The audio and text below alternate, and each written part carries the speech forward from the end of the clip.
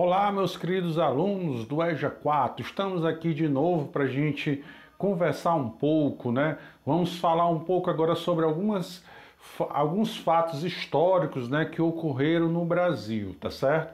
A gente vai falar hoje para vocês da chamada Conjuração Mineira. Vamos entender um pouco o que é isso, essa famosa Conjuração Mineira, né? Espero que todos estejam bem.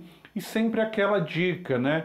Coloca o celular no modo assim deitado, né? Ó, pegar aqui a capa desse celular, porque se você deixar ele em pé, você vai ter pouca visualização.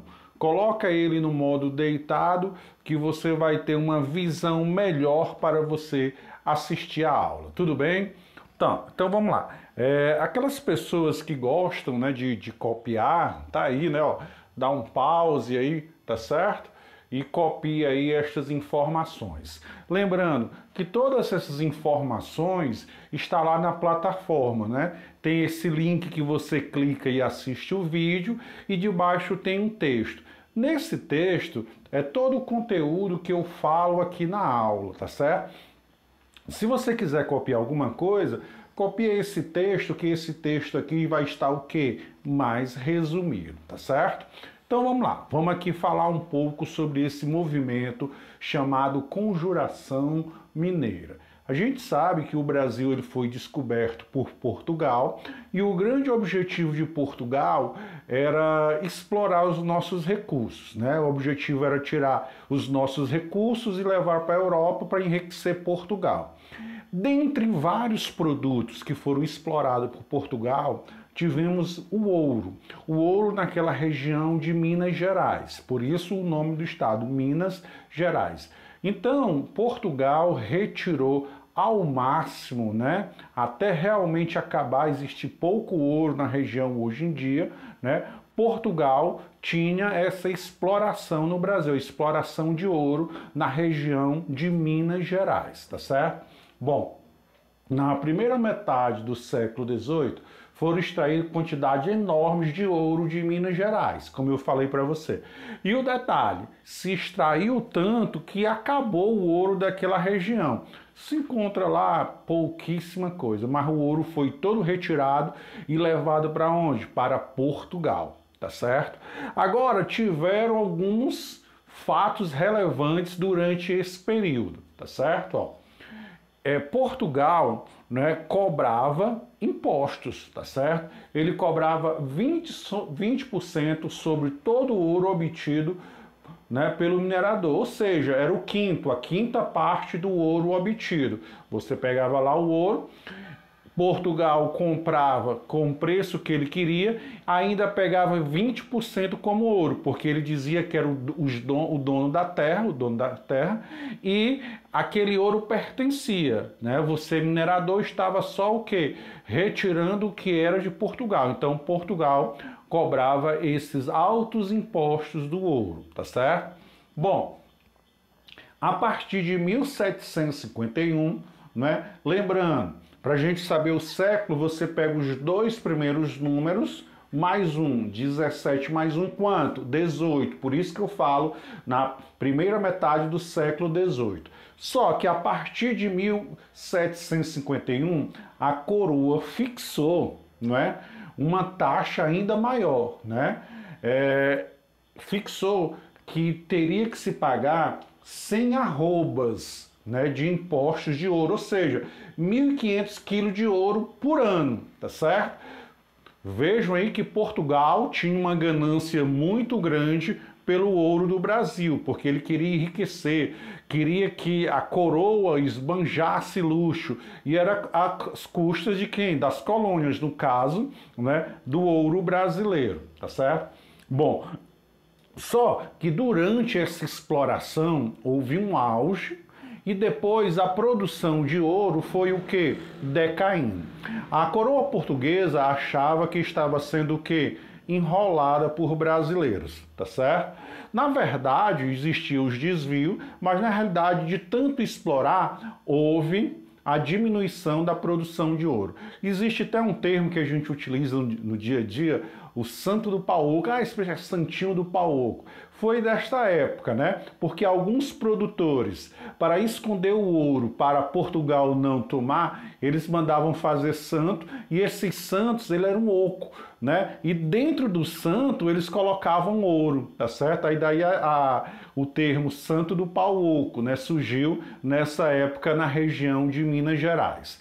Então, né? Quando ele instituiu esse novo imposto, ele criou a figura da derrama, tá certo? O que era a derrama? Se no final do ano não tivesse arrecadado os 1.500 quilos de ouro, tá certo?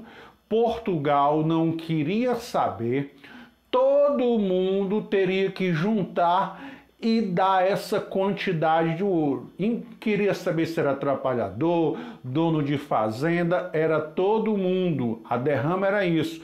Portugal chegava e dizia, ó, todo mundo aqui vai pagar, eu quero meus 1.500 de ouro. Então, a derrama o que foi, pessoal? Uma tributação devida por todos os habitantes com o objetivo de completar as 100 arrobas de ouro anual. Então, todo mundo teria que pagar. Portugal, tipo assim, se eu quero o ouro e não quero saber, todo mundo vai pagar. Então a derrama era isso. Então, lógico que as pessoas de Minas Gerais não estavam satisfeitas com esta situação, não é? Do mais simples trabalhador ao cara mais rico lá de Minas Gerais, todos iriam pagar junto. O pobre não tinha o que perder, né? Então, os grandes é que ficavam com medo, tá certo? Então, nesta época, né, quem dava as ordens era o ministro de Portugal, o chamado Marquês de Pombal. O Marquês de Pombal foi exatamente ele quem criou a derrama e outros impostos aqui no Brasil. Ele transferiu a capital de Salvador para Rio de Janeiro, porque o Rio de Janeiro ficava mais próximo de Minas Gerais e Rio de Janeiro tinha um porto para levar o ouro para onde? Para Portugal. Né? Aboliu a escravidão dos indígenas, ele percebeu que não adiantava, né, escravizar os indígenas, que eles não eram bons trabalhadores, morriam, tá certo? Então ele preferiu que índio vá para bem longe, né? Não percebeu que não dava certo a escravidão indígena, tá certo? Então veja, nessa primeira parte eu comentei para vocês que Portugal explorava o ouro brasileiro, tinha impostos, mas com o passar dos anos a produção ia diminuindo e ele, né, instituiu a famosa derrama, que era dizer o seguinte, ó, no final do ano não deu meus 1.500 quilos de ouro, nós vamos aí pegar de todo mundo. Lógico que o mais pobre não tinha o que dar. Na verdade, quem ficou muito preocupado foram aquelas pessoas que tinham algum tipo de reserva econômica, porque Portugal viria e pegaria tudo, tá certo? Falamos aqui de quem? De Marquês de Pombal, que era o ministro, né, do rei de Portugal, que implementou várias políticas, dentre elas a derrama e outros impostos, e transferiu a capital de Salvador para o Rio de Janeiro, bem como aboliu a escravidão indígena. Do outro lado, né, as pessoas não satisfeitas, mas principalmente aquelas pessoas da elite que tinham alguma coisa, dizendo isso é um absurdo, né? Tudo que a gente produz vai para Portugal, mas lembre-se, esse foi um movimento de quem? Da elite, dos que tinham alguma coisa. Lembrando que a classe trabalhadora não tinha nada, não ia perder nada, tá certo? Então vejam, em 1788, Minas Gerais não conseguiu completar as 100 arrobas. Se ele não conseguiu completar as 100 arrobas, seria decretado o quê? A derrama. Portugal chegaria e tomaria tudo que tivesse até completar as 100 arrobas de ouro. Com isto, a população ela vai ficar inquieta, vão começar a organizar movimentos contra essa situação, achando que era um absurdo, né? Portugal vir e tomar toda a riqueza produzida aqui no Brasil, tá certo? Então, inicia-se uma conspiração, né? Funcionários públicos, poetas, religiosos, militares, empresários começaram a se reunir e dizer que isto não era legal, né? E essas pessoas começaram a ser chamadas de quem? Dos conjurados. Daí o nome, Conjuração Mineira, movimento, né, que tentava barrar a exploração de Portugal em cima da produção de ouro, principalmente de quem? Da derrama, tá certo? Bom, que acontece? Tá certo? Essa conjuração mineira tinha como dois grandes objetivos: prender e executar o governador, pedir o perdão da dívida, né? Criar novas estruturas, mas principalmente não pagar o quê? A derrama. Problema, né? O plano vai fracassar. Por quê? Porque na iminência de haver a derrama, Portugal diz, opa, não vai ter agora não. O que é que Portugal faz? Ela chama algumas pessoas e diz, vamos aqui conversar para ver quanto é sua dívida. E durante esta conversa, né, alguns que participavam do movimento, em troca do perdão, denunciaram todos aqueles que estavam participando do movimento da Conjuração Mineira. Então, tiveram alguns que tiveram a dívida perdoada em troca de contar quem estava organizando esse movimento. Tá certo? Ó. Devedores revelaram a conspiração, né? Dentre eles tinha o Alferes Tiradentes. Alferes é um título militar, como se fosse um segundo tenente, tá certo? Tiradentes, o famoso Joaquim José da Silva. Existiram vários inconfidentes, este ficou sendo mais conhecido pelos seus discursos, pela sua organização, tá certo? Todos foram presos, passaram 3 anos para haver esse julgamento. Havia julgamento no Rio de Janeiro, que era a capital, e em Minas Gerais, tá certo? Só que no dia 21 de abril, olha essa semana, por isso que é comemorado, né, o dia de Tiradentes, né, que ele tentou se rebelar, né, contra a fúria de quem de Portugal no Brasil. Então, no dia 21 de abril de 1792, Tiradentes foi enforcado no Rio de Janeiro, tá certo?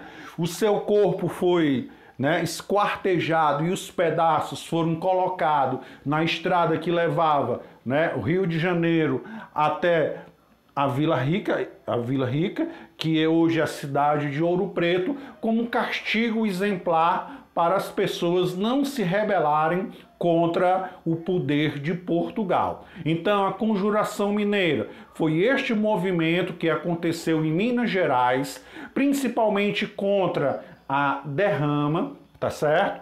E que teve como conspiradores, como participantes, funcionários públicos, poetas, religiosos, militares e empresários, que tinham como grande objetivo prender e executar o governador, pedir o perdão da dívida. Grande problema que na hora H, Portugal suspendeu a derrama, tá certo? E alguns devedores entregaram o ouro, disseram, era esse, entregou todo mundo. Portugal prendeu, tá certo? Alguns eles mandaram para fora do país, né? E no caso de Tiradentes, né, ele condenou à morte. O seu corpo foi esquartejado, né, e colocado na estrada aqui do Rio de Janeiro para Vila Rica, tá certo? Para servir como exemplo, né? E essa morte de Tiradentes acontece no dia 21 de abril de 1792. Tá aí o motivo, né, do feriado que acontece essa semana. Olha as coincidências da vida, tá certo? Então, o que é que você faz agora, querido? Não é? Você vai lá e responde as perguntas. Você pode revisar esse vídeo, pode ler no texto que tem abaixo. Terminando, o que é que você faz? Responde as perguntas, bate a foto, bota o seu nome, atividade de história e manda lá para o grupo do EJA 4. Lembrando, a gente sempre está, a partir das 18h30, recebendo atividades, conversando com vocês. Eu, professor Regis, professor de História, professora Maria José, de Português, Inglês e Artes, professor Vanderlei, de matemática e ciência, né? As pessoas da outra escola que eu também trabalho, né? No caso, português, né? Inglês e artes, né? É a professora Lúcia Regina, né? E matemática e ciências é o professor Armando, né? Trabalho na escola Raimundo Soares, EJA 4, e trabalho na escola José Batista, né? EJA 4 também como professor de história. Né? Qualquer dúvida, você repete o vídeo, né? Ou entra em contato com a gente sempre naquele horário da noite, tá ok?